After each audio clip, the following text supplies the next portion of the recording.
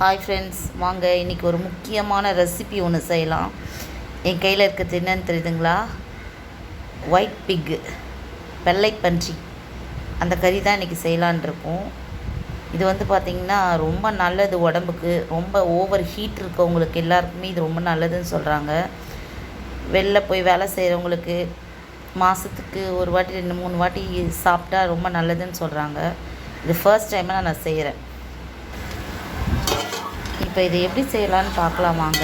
இந்த கறியை நல்லா 3 டைம்ஸ் 4 டைம்ஸ் நல்லா தண்ணியில் அலசி வெறும் பாத்திரத்தில் அப்படியே போட்டுடணுங்க. அப்புறம் முக்கியமாக சோம்பு போட்டு தாளிக்கணும். சோம்பு ரொம்ப நல்லதுங்க. பச்சை மிளகாய் போட்டுக்கலாம். பச்சை மிளகாய் நல்லா வதங்கின பிறகு ஆனியன் எல்லாம் நல்லா சேர்த்துக்கலாங்க. சின்ன வெங்காயம் தான் சேர்க்குறேன் இதில்.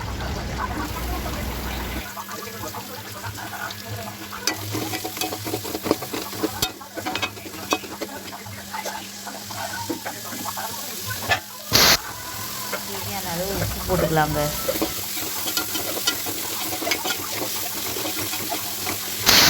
நல்லா கண்ணாடி பருப்பில் வதங்கணுங்க.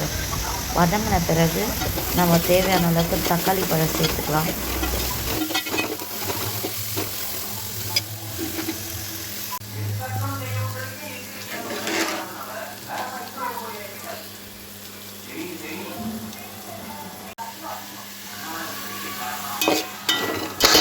நல்லா வதங்குதுங்க.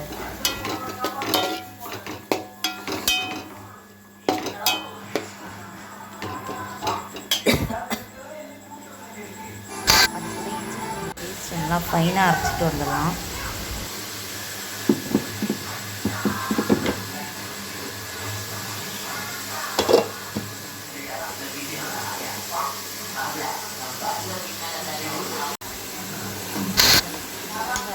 நல்லா ஃபைன் பேஸ்ட்டாக அரைச்சிக்கணும்.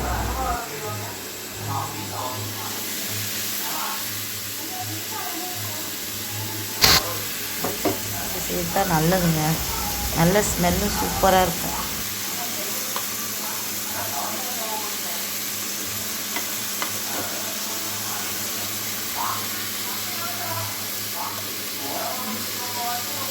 நல்லா பச்சை வாசனை போகிற அளவுக்கு நல்லா வதக்கணுங்க.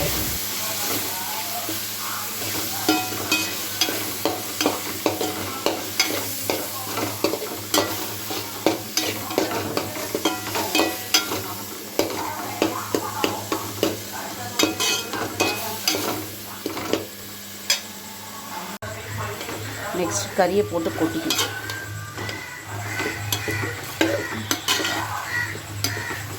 நல்லா வெங்காயம் தக்காளி வதங்கின பிறகு கறி எடுத்து அதில் போட்டுடணும்.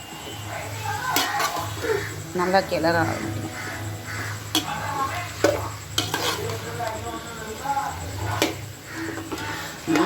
வாசனை இப்படியே செம்மையாக இருக்குது. கமகமன்னு இருக்குது.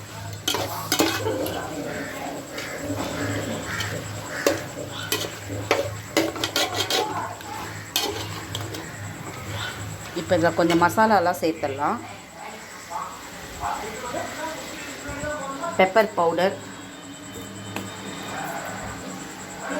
ரொம்ப முக்கியமானது. இது பெப்பர் பவுடர் போடணும். வீட்டிலே அரைச்ச பெப்பர் பவுடர் தான் இது. தேவையான அளவுக்கு போட்டுக்கிட்டு ரொம்ப நல்லா டேஸ்ட்டாக இருக்கும். அது ஸ்மெல்லு நல்லா இருக்கும். பெப்பர் பவுடர் போட்டு ஒரு கிளறலாம்.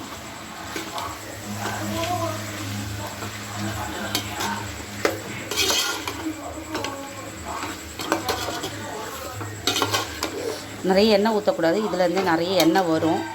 அதனால் நிறைய எண்ணெய்லாம் ஊற்ற தேவையில்லை.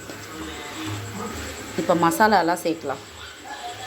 நம்ம வீட்டிலே அரைச்சி வச்ச குழம்பு மிளகாத்தூள் சும்மா லைட்டாக சேர்த்துக்கலாம். நல்லா காரமாக இருந்தால் தான் டேஸ்ட்டாக இருக்கும் இந்த குழம்பு.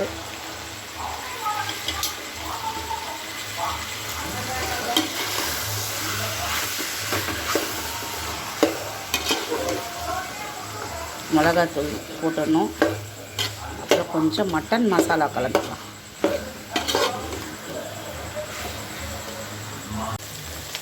ஆச்சி மட்டன் மசாலா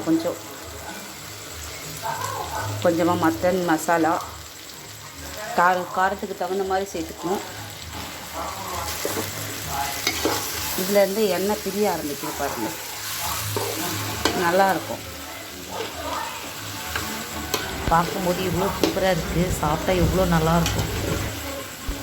பார்க்கும்போதே ரொம்ப நல்லா இருக்குங்க. சப்பாத்தி, இட்லி, தோசை, சாதம் எல்லாத்துக்குமே சூப்பராக இருக்கும் போல இருக்குது. கொஞ்சமாக கரைச்சி வச்ச புளி தண்ணி.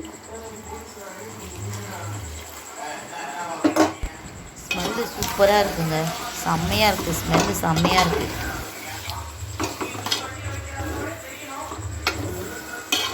வாவ்,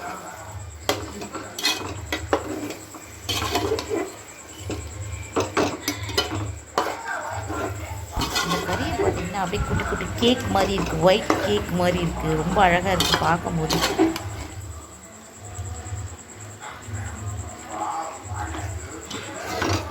கிளாஸ் மாதிரி மின்னுதுங்க.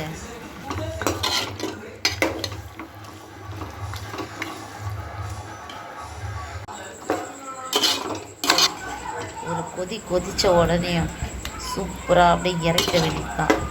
பார்க்கும் போதே செம்மையாக இருக்குது.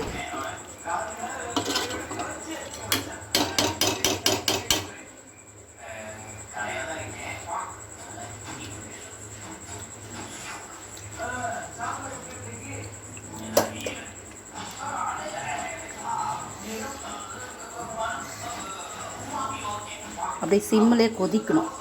சிம்மிலே நல்லா கொதிக்கும்போது கறி வந்து இன்னும் நல்லா வேக ஆரம்பிக்கும். அதுக்கப்புறம் புதினா கொத்தமல்லி போட்டு இறக்கிட வேண்டியது தான், அவ்வளோதான்.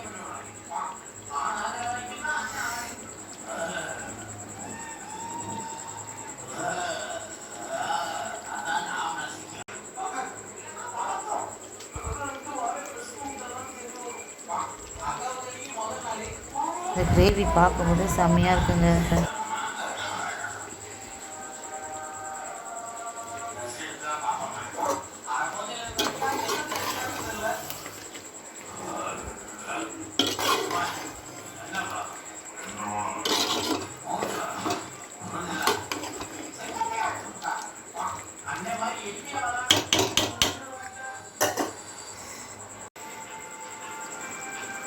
அவ்வளோதாங்க, சிம்பிளாக முடிஞ்சிருச்சு. முதல் டைமு சக்ஸஸ்ஃபுல்லாக செஞ்சு முடிச்சாச்சு. அப்படியே நம்ம சேனலையும் மறக்காமல் சப்ஸ்கிரைபும் லைக்கும் பண்ணி விட்ருங்க ப்ளீஸ்.